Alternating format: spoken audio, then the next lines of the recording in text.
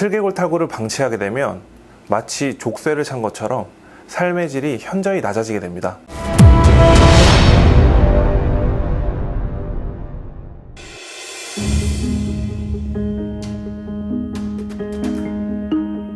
소형견이 대부분을 차지하는 우리나라의 경우 슬개골 탈구가 정형외과 질환 중에서 가장 높은 빈도를 차지한다고 알려져 있습니다.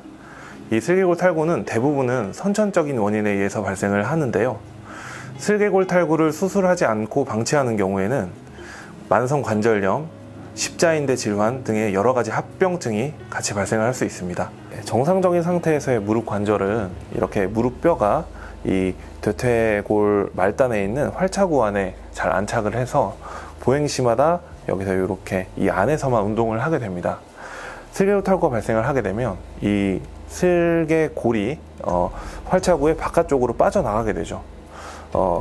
2기에서 3기 정도 되는 이제 슬개골 탈구 환자의 경우에는 이 슬개골이 활차구를 계속 이렇게 쓸면서 이 뼈에 자극을 주게 됩니다. 그럼을 통해서 이 활차구에 계속해서 지속적인 자극이 가해지게 되고요. 염증이 이쪽에서부터 지속적으로 발생을 하게 됩니다. 계속해서 방치를 했을 경우에는 이게 만성 염증으로 이어지면서 이 관절의 전반적인 형태들이 다 달라지게 되는 거죠. 슬개골 탈구의 정도에 따라서 1기에서 4기까지 저희가 기수를 판정을 하게 되는데요. 슬개골 탈구 2기 이상의 환자들은 임상 증상이나 생활 환경에 따라서 수술적 교정이 고려되어야 합니다.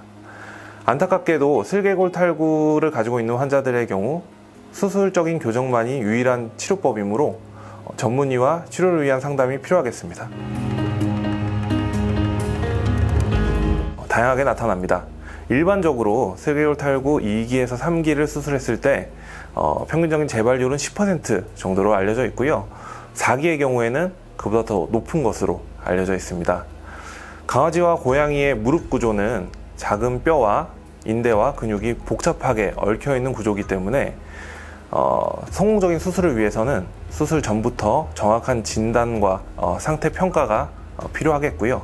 재발률을 낮추기 위해서는 좋은 장비와 경험 많은 술자의 완벽한 수술이 필요하다고 할 수 있겠습니다. 네, 앞서 말씀드린 것처럼 슬개골 탈구의 경우 선천적인 경우가 많습니다. 이 경우 슬개골 탈구를 어린 나이부터 가지고 있으나 증상은 1, 2년령 이상에서 발생하는 경우들이 많은데요.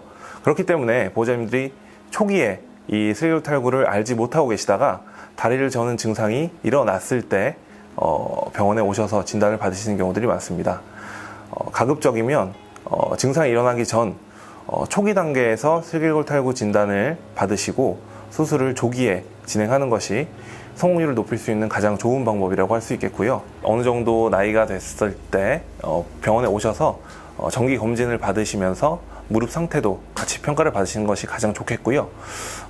일반적으로 볼 수 있는 전조 증상은 비특이적이긴 하나 다리를 꼭 절지 않더라도 보행 중에 다리를 뒤로 쭉 뻗는 모습을 보이는 것들, 혹은 서 있는 동안 다리를 부들부들 떠는 모습, 이런 것들을 보일 때는 슬개골 탈구를 의심할 수 있고요. 가까운 병원에서 정확한 진단을 받으셔야겠습니다. 네, 수술을 진행하기 위해서는 전신 마취는 필수적입니다. 이러한 전신 마취는 위험 부담을 어느 정도는 동반할 수밖에 없는데요. 위험 부담을 줄이기 위해서 여러 가지 노력들이 필요합니다. 수술에 들어가기 전에 환자의 혈액 검사 등을 통해서 정확한 마취에 대한 안전도 평가가 시행이 되어야 되고요. 이를 통해서 마취의 방법이나 용량이 결정되게 됩니다. 수술에는 수술 집도의와 그리고 어시스턴트가 수술에 집중하여 빠른 수술을 진행할 수 있도록 마취 전담 스태프들이 수술실에서 마취를 함께 진행을 하셔야 되고요. 그리고 수술이 끝난 후에는 집중 치료실에서 환자 감시 장치를 통해서 환자를 모니터링하며 환자가 원만하게 깨어날 수 있도록 도와주는 과정이 필요합니다. 이런 과정을 거치기 때문에 보호자님들께서는 마취에 대한 큰 걱정은 하지 않으셔도 괜찮습니다. 슬개골 탈구 수술을 진행한 환자의 경우 일반적으로는 좋은 예후를 보이는 경우가 많습니다. 집에서 일정 기간 동안 운동을 제한시켜 주시고 진통 소염제를 복용시켜 주시면 어느 정도 기간 이후에는 자연스럽게 좋은 보행을 되찾게 되는데요. 슬개골 탈구의 기수가 높거나 일부 환자의 경우 이렇게 수술 진행 이후에도 일정 기간 동안 보행을 제대로 하지 못하고 재활 치료가 필수적으로 필요한 경우들이 있습니다. 이러한 경우에 재활센터에서 진행되는 레이저 치료 그리고 수중 러닝머신 등의 재활 치료를 함께 진행을 하게 되신다면 훨씬 더 좋은 예후를 보일 수 있고요. 또 한 가지 첨언드리면 바닥이 미끄러운 우리나라의 아파트 같은 경우 관절에 큰 무리를 줄 수 있습니다. 그래서 환자의 무릎 관리를 위해서 바닥에 애견 전용 매트를 깔아주신다거나 혹은 최소한 정기적으로 발바닥에 있는 털을 관리를 해주심으로써 미끄러움을 방지해 주신다면 장기적으로 봤을 때 조금 더 원활하게 수술 이후에도 잘 생활할 수 있을 것으로 생각됩니다. 슬개골 탈구는 결코 가벼운 질환이 아닙니다. 물론 생명과 직접적인 연관이 있는 질병은 아니지만 반려동물들이 다리가 아파 즐겁게 뛰어놀 수 없다는 것은 마치 족쇄를 차고 있는 것과 같은 큰 불편함이고 많은 상실감을 가질 수 있는 질환입니다. 하지만 우리나라의 많은 보호자분들께서 이 슬개골 탈구를 무척 가볍게 여기시는 경향이 있는 것 같습니다.